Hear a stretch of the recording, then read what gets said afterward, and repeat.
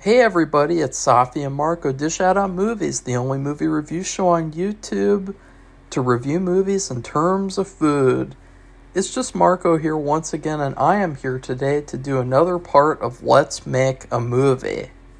First off, this is going to be more of an update slash announcement rather than an in-depth podcast where I talk about the most recent shoot that I did. I have luckily not had to do any more shooting this month because, wow, that was stress city.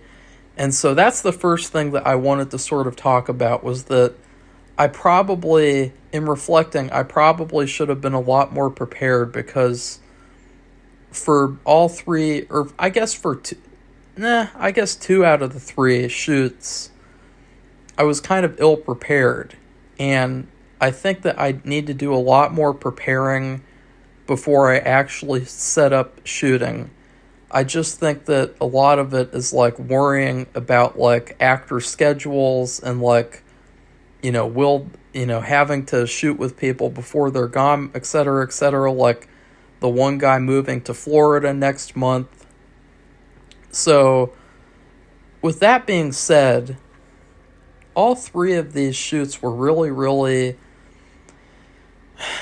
hard. They were anxiety inducing. They were stressful, for various reasons. And, they were really not the most ideal filming situations in terms of just of it being so stressful and so laborious. Especially the most recent one. I gotta be honest, guys, when I was doing that shoot, I was really, really sick, and I still am sick, and so, I've had, a terrible health problem now that I've, stressed myself out so much and, did all that work within that short period of time, and so, I would highly recommend not doing what I did in terms of, I got up at 6 in the morning. It was just so stressful that I don't know, man. It's going to take a while for me to recover from this. It's going to take a while for me to sort of get back into my own, I think that when you do a shoot by yourself, basically, and when you're doing everything yourself, you need to be on your A game. And if you can't be on your A game, then I wouldn't suggest doing the shoot. Because I think that the art will suffer. Because I look back at the most recent shoot that I did. I've been editing it. And I see that some of the shots I really could have done better. Especially the first shot, all it was just a shot of food on a plate.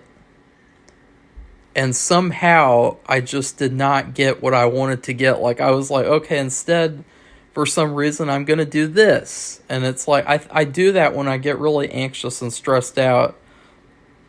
I change my mind and I'm okay, instead of doing what I wanted to do, I'm going to do this. And it's just something that doesn't make sense or doesn't work. And, yeah. So that's the first kind of order of business is that, I have had health issues recently. I have had an IBS flare-up or something. It's been terrible. And it made Christmas really terrible. It's kind of ruined the whole holidays for me. Honestly, last year, I had all those allergy issues, and this year I'm having this. And so it's another Christmas season that's kind of been ruined. In a way, completely ruined. So I'm just trying to get through it and feel better so that I can move forward, because again, that's what I like about filming, and then having a little interval where you're not filming for a longer period of time is you get the chance to recover. I think if I had a crew, if I had people who are helping me, I wouldn't have to worry about that kind of thing. But for anyone who's doing everything by themselves, it's something that you should keep in mind. Number 2,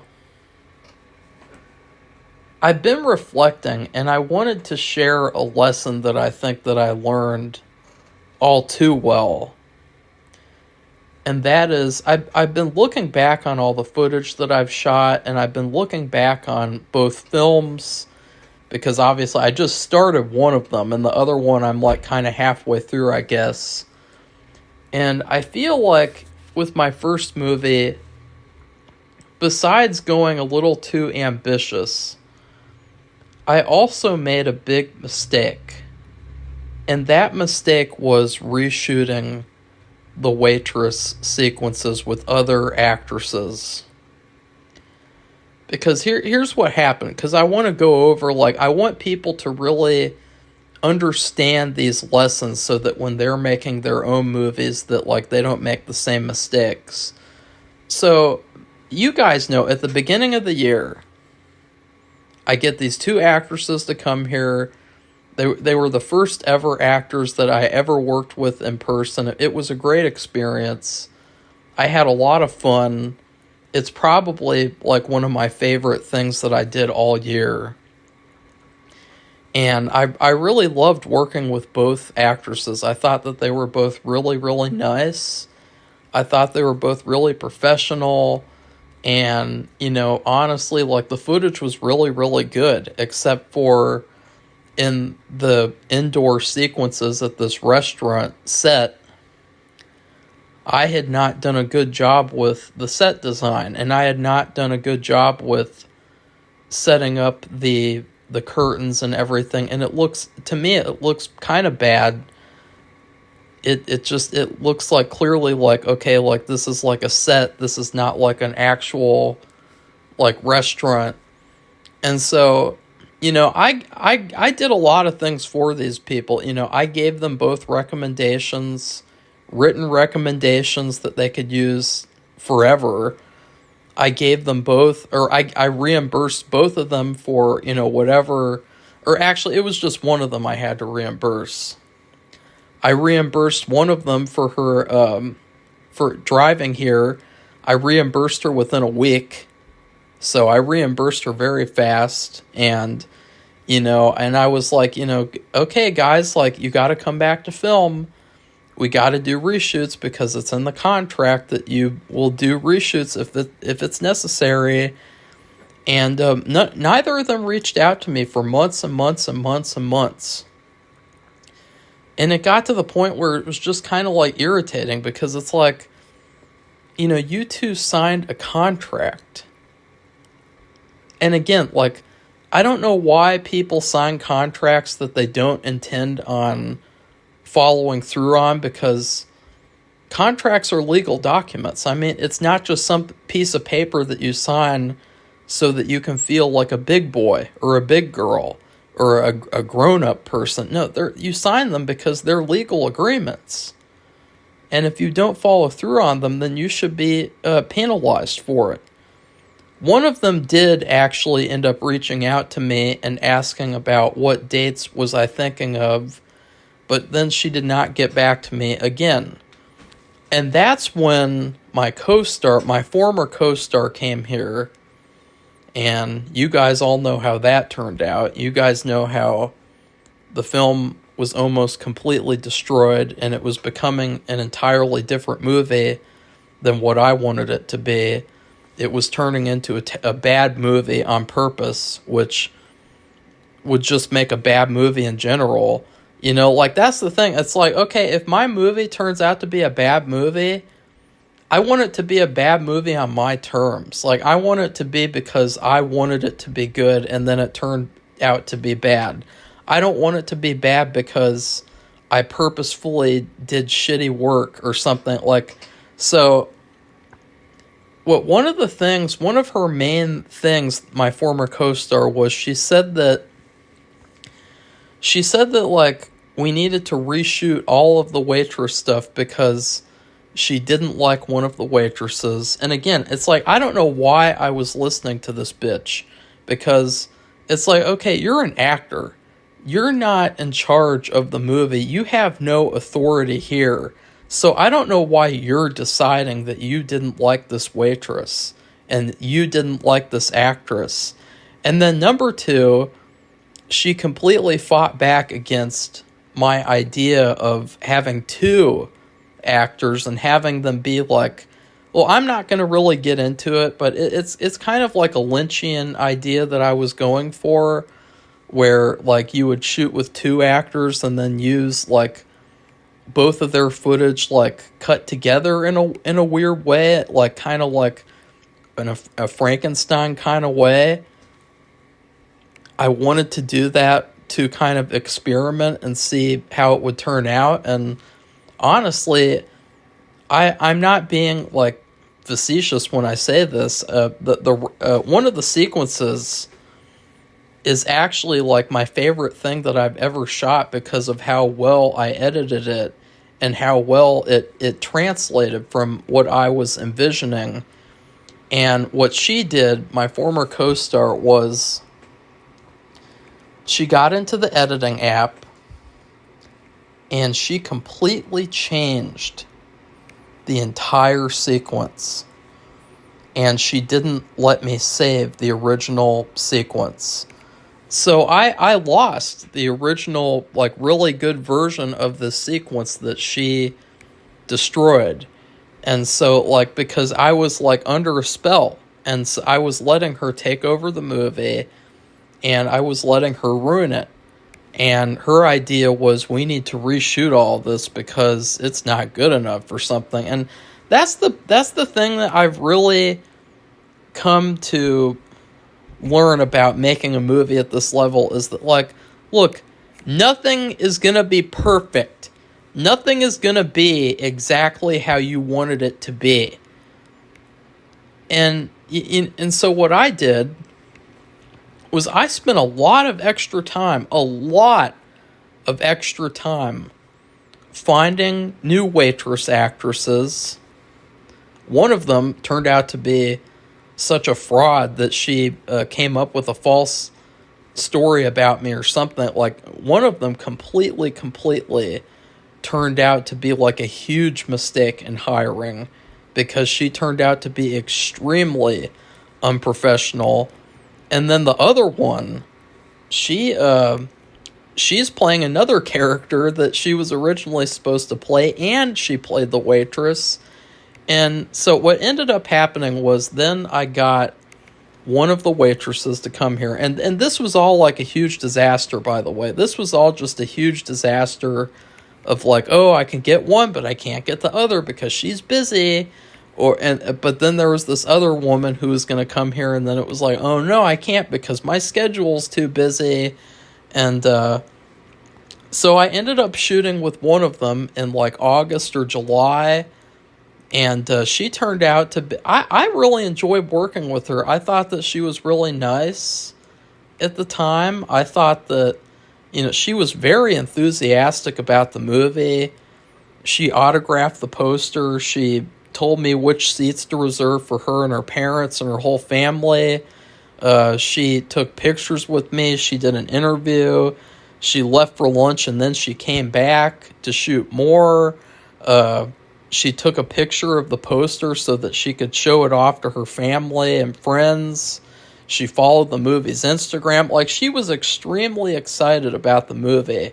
She was extremely excited. And then all of a sudden, it was like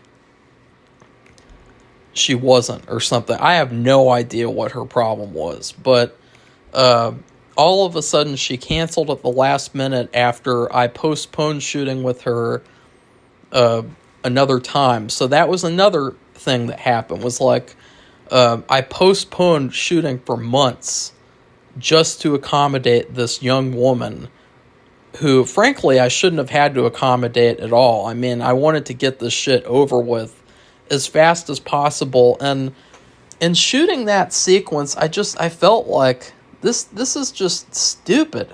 Like, yeah, like the set looks better, but I feel like my acting wasn't as good either of the times that I reshot these sequences.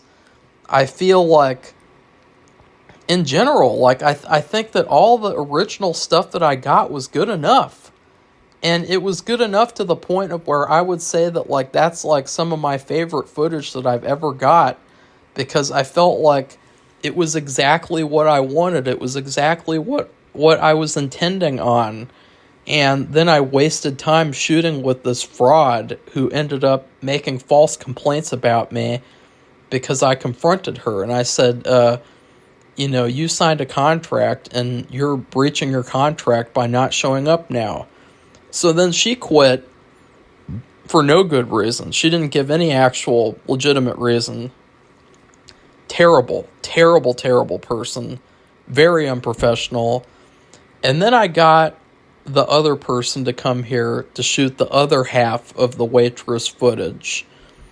And honestly, again, it's like, it just felt like I at this point, I had shot these sequences, minus the outdoor one. I had shot these sequences 3 times. 3 whole times. So this was the 4th time that I had shot these sequences. That's like, just imagine, guys, imagine, what if you made the same movie 4 times? That's insane. It's absolutely insane. And that's exactly what I did, though. It's just fucking insane. And it just felt like, what am I accomplishing here? This is not constructive. She did a really good job. Kate the Great, she did a really good job. And we ended up getting it accomplished very, very effectively, efficiently. And, but it was such a waste of time. And I realized today, I had a dream. I had like a dream about, well, I'm not going to get into the whole dream, but it was kind of like, it led me to realize, like, why did I reshoot those sequences in the first place? It was such a waste of money. It was a waste of resources. It was a waste of time. And it was something that I wouldn't have even done unless my former co-star had told me to. And so I guess in some ways, for some reason, I am still kind of under some kind of a spell that this girl put me on. And I just realized that this morning, and I realized that, like, look, I think that the biggest mistake that I've made making my movie is reshooting those sequences that I shot in February. You know why? Because after February, I had this big checklist of all the scenes that I've shot so far, or all the scenes in general. I had all those scenes crossed off. I was completely happy with them because I was like, you know what? If they don't show up here to film again, I don't care, because I've got the performances that I need. I've got the footage that I need. It's not perfect, but I'm at a low level right now, and I shouldn't, I don't think that anything is ever perfect in like a movie like process. Like, I don't think there's ever been such a movie that's like completely perfect. I think, like, even in a masterpiece movie like The Shining, even in a masterpiece movie like Back to the Future, you could probably find, that's why they have on IMDb. In fact, I'm going to go to IMDb right now. The Shining. They have a section called Goofs, which means, like, mistakes. It means, like, things that weren't meant to happen that happened. Yeah, here we go. Goofs. There's 105 mistakes. 105 mistakes. And the final scene is seen in the photo that it was taken during the ball of July 4th, 1921, while is listened Midnight, the Stars and You by Al Bali with Ray Noble's orchestra. This song was recorded in 1934. Boom! Boom! And so I would say, like, honestly, from this whole experience, I would highly recommend, like, if you shoot a sequence and you're happy with it, to not reshoot it again, because I think that that's the biggest mistake that I've made. And in going back, I wouldn't have reshot either of those sequences at all. And it would have been such a better choice to do.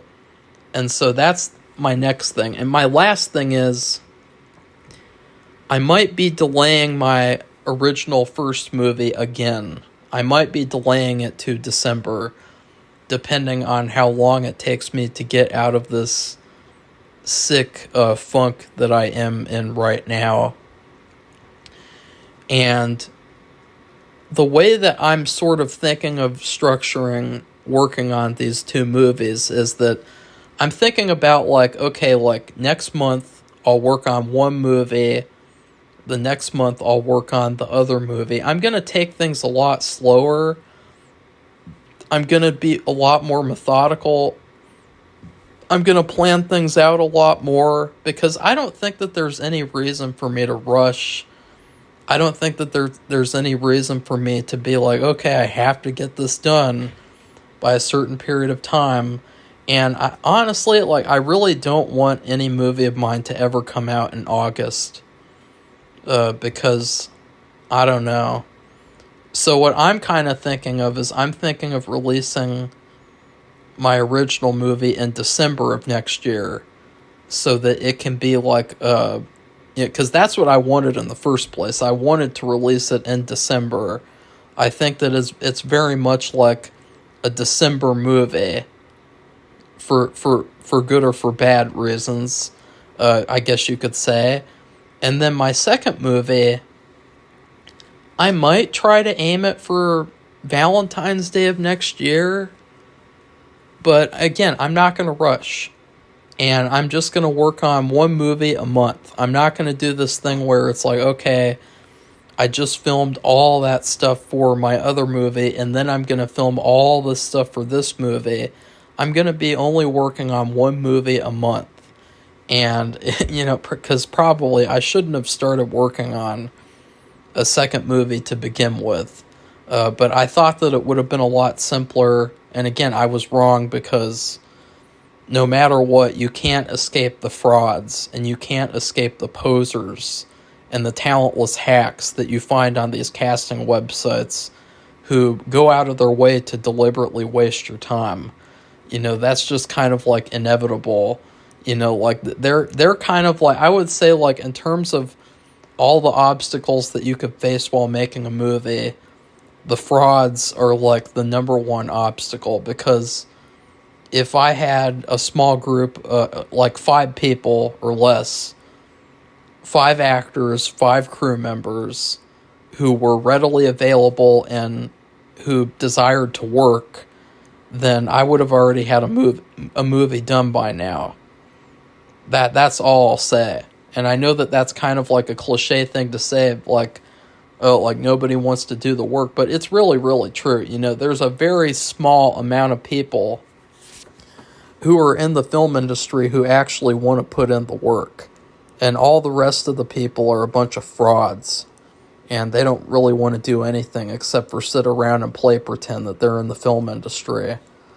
And so anyways, I guess that's it for this video. It's unfortunate that this is kind of like ending December on like a sour note, but I can't help it. I guess I've gotten so stressed out.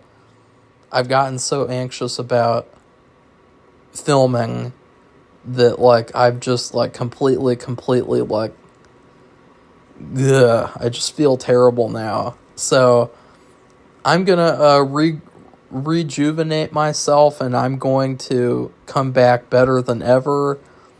Obviously, I'm still going to be doing reviews on this channel. I'm still going to be continuing with this channel. However, I just wanted to make that announcement. I am going to be slowing down on making movies so that I can make them as best as possible. I don't think that, like, what I did this month was the best that I could have done, and I think that that's what I always want to do when I make a movie, is I want to do the best that I can possibly do. So, whether that be taking things slower or doing whatever I need to do, that's what I'm going to do in order to make the best art possible, or at least the art that I most intended to make that way. So please like this video and comment if you like this stream of consciousness, And then please subscribe to our channel if you'd like to see more honest videos like this and more streams of consciousness. Goodbye, everybody. See you soon.